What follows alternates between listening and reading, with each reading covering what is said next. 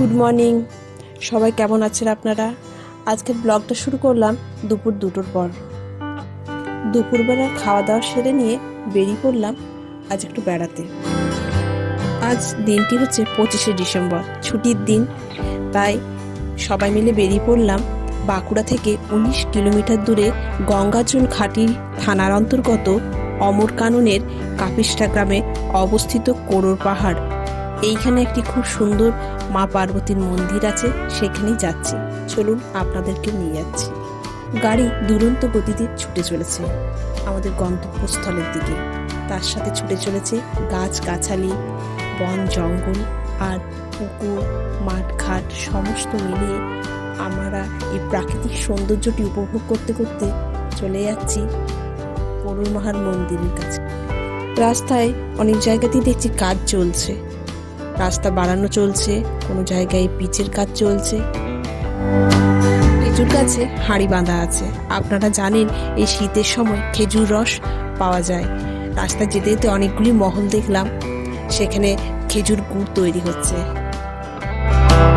শালীন নদীর উপরে ব্রিজ তৈরি হচ্ছে। এখানে একটি পুরনো ব্রিজের উপর দিয়েই যাচ্ছি, আর ওইদিকে নতুন ব্রিজ তৈরি হচ্ছে।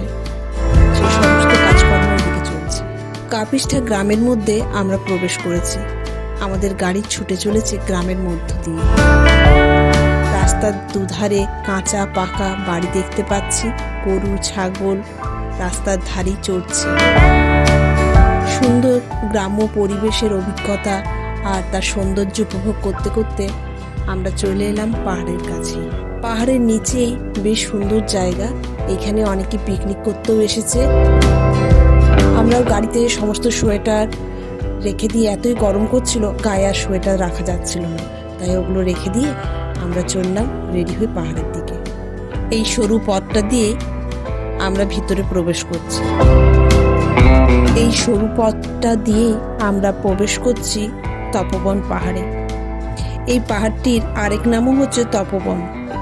তপোবন নামটি হয়েছে কারণ এখানে মুনি ঋষিরা তপস্যা করতে এই পাহাড়ে আসতেন, সেই থেকে এই পাহাড়ের নাম হয়েছে তপোবন। আজকে আসার প্ল্যানটা হয়েছে আমার ছোট ননদ আসার জন্য। তার শ্বশুর শাশুড়ি এসেছে, তাদেরকে আমরা বেড়াতে নিয়ে এসেছি এইখানে। তারা সবাই একসাথে মিলে এসেছি কোড়র মাহার মন্দিরে প্রণাম জানাতে। এখানে টিকিট কেটে নিয়ে তবেই আমরা প্রবেশ করতে পারবো, তাই টিকিট কাটা চলছে। মন্দিরের গেটেই লেখা আছে দর্শনের সময় সকাল 8টা থেকে 11টা আর বিকেল 3টে থেকে 5টা। মন্দির বন্ধ থাকে সকাল 11টা থেকে 3টে পর্যন্ত। চারপাশে বড় বড় গাছ, সুন্দর পরিবেশ। তপোবন নামটি সত্যি সার্থক। এখানের এক পাশে আছে আশ্রমের পরিবেশ, গাছে পাখিদের কিচমিচ আওয়াজও শোনা যাচ্ছে। খুব সুন্দর পরিবেশ।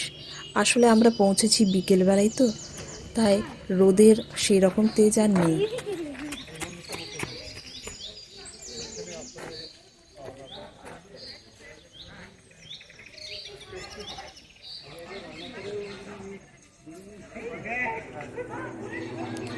এখানে পানীয় জলের সুন্দর ব্যবস্থা আছে।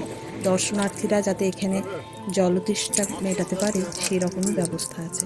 এখানে একটি বিষ্ণু মন্দির আছে, খুব সুন্দর এই মন্দিরটি। এই মন্দিরের মধ্যে প্রবেশ করার জন্য আগে আমরা হাত ধুয়ে নিলাম, আর তারপরে মন্দিরের ভিতরে প্রবেশ করি। বিষ্ণুর সুন্দর সুন্দর মূর্তি এখানে খোদিত আছে। বিষ্ণু মন্দিরের ভিতরের গর্ভগৃহ এখন বন্ধ আছে, তাই আমরা বাইরে থেকে প্রণাম করে বেরিয়ে পড়লাম।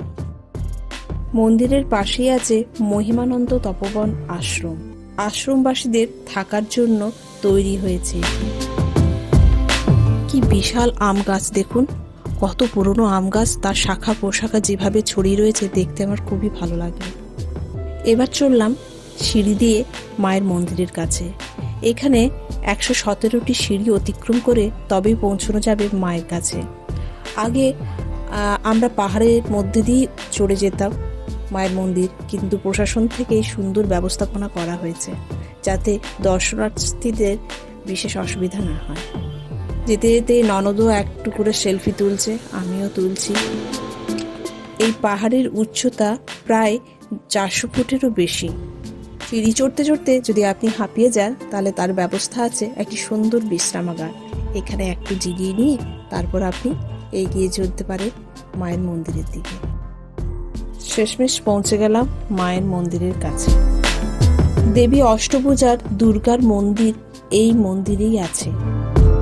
সুদূর কাশী থেকে নিয়ে আসা হয় এই পার্বতী মায়ের মূর্তি।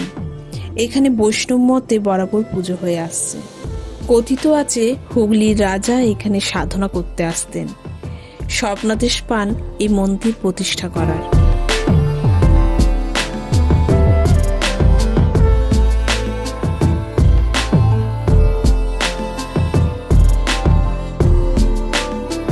মন্দিরের ভিতরে মায়ের সুন্দর মূর্তিখানি দেখে মন সত্যি ভরে উঠল। ঘন্টা বাজিয়ে মাকে প্রণাম জানিয়ে আমি বেরিয়ে পড়লাম আর চারপাশের পরিবেশ দেখার জন্য। এখানে এসে একটি কথা জেনে আমার খুবই ভালো লাগলো, মাকে জলখাবারে মুড়ি আর তেলে ভাজা দেওয়া হয়। উঁচু পাহাড় থেকে এই নিচের দিকে যে গাছপালা, সবুজ মাঠঘাট দেখতে কি ভালো লাগছে। মন্দিরের গায়ে বাণী লেখা আছে, প্রত্যেকটা বাণী পড়তে খুবই ভালোও লাগছিল। মন্দিরের পিছনে আছে শিবলিঙ্গ। এই শিবলিঙ্গের গা দিয়ে বেয়ে উঠেছে দেখুন কি বিশাল বৃক্ষ। আমি আর ছোটকা মিলে অনেকক্ষণ ধরে ভাবলাম এই গাছটি কি হতে পারে, কি তার নাম। আমরা ঠিক করলাম, কিন্তু আপনার কি কেউ জানাতে পারেন এই গাছটি কি তার নাম? শিব আর শিবের ভক্ত নন্দী তারা পাশাপাশি আছে। পাহাড়ের পাশ দিয়ে গেছে শালী নদী। শালী নদী দামোদরের উপনদী, বৃষ্টির জলে পুষ্ট। এই শালী নদীকে ঘিরেই তৈরি হয়েছে গাংদোয়া ড্যাম। এবার সিঁড়ি বেয়ে আমাদের নিচে নামার পালা। প্রচুর দর্শনার্থী এসেছে। 3টে থেকে যেহেতু 5টা পর্যন্ত টাইম, এই সময়টা প্রচুর ভিড়ও হয়। এই ছোট্ট ছোট্ট ছেলেগুলি ঝাঁটা হাতে সিঁড়িগুলি পরিষ্কার করছে। তাদের হাতে কিছু চকলেট দিয়ে আমি নিচে নেমে পড়লাম।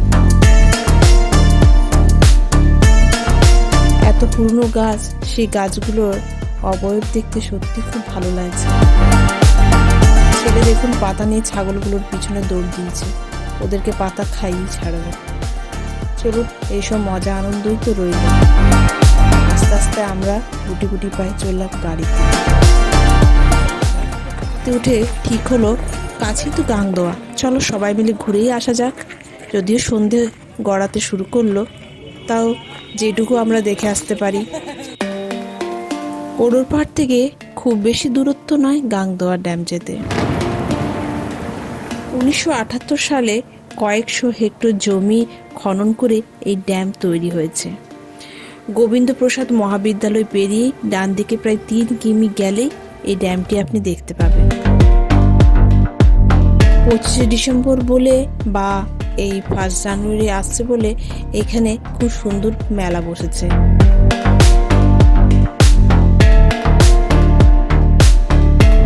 ওই দূরে ড্যাম দেখা যাচ্ছে। এই ড্যামে বোটিং এর ব্যবস্থাও আছে। আপনারা এই 4টা পর্যন্ত সুন্দর এখানে বোটিং করতে পারবেন, কারণ খুব তাড়াতাড়ি এখানে অন্ধকার নেমেও আসে।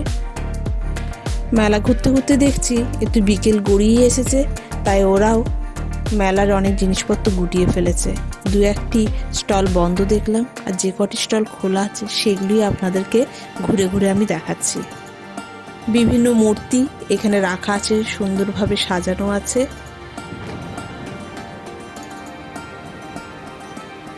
নিস্তব্ধ ড্যাম এবার শূন্য।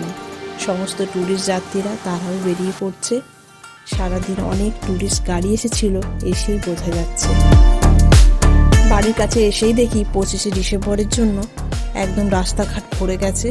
সামনে তো চার্চ, তার জন্য অনেক ভিড় নেমেছে। আমরা গাড়ি যেভাবে খুব দাঁড় করিয়ে ঢুকে পড়লাম বাড়িতে।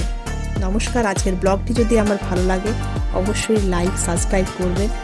আর খুব দেরিতেই আমি ব্লগ ছাড়তে পারছি, এর জন্য অসংখ্য আমি ক্ষমা প্রার্থী। আপনাদের যদি ব্লগ ভালো লাগে তাহলে আমার পাশে থাকুন।